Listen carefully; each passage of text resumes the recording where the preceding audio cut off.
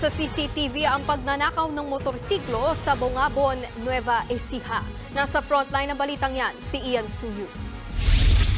Kapansin-pansin sa CCTV footage na ito ang dalawang lalaking tila pagala-gala sa kalsada. Ang isa sa kanila, may tulak-tulak pang motor. Ang dalawang yan, mga kawatan pala sa Barangay Lusok sa Bongabon, Nueva Ecija. Ilang saglit lang, nilapitan na ng isang lalaki ang motor na nakaparada sa tapat ng isang bahay. Huli sa CCTV ang saglit na pagkumpuni niya rito hanggang sa makitang nakasakay na siya at tangay-tangay na ang motorsiklo. Meron po silang kanto din po dito or purok na pinasukan sa amin. Doon po nila chinek yung isang motor na nakapwesto doon sa mismong poste na kung saan yun po yung nawala. Agad umanong nakaalis sa lugar ang dalawang kawatan. Aabot daw sa 50,000 pesos ang halaga ng motor na kanilang tinangay. Ayon sa pamunuan ng barangay, posibleng dayo lang sa lugar ang mga suspect.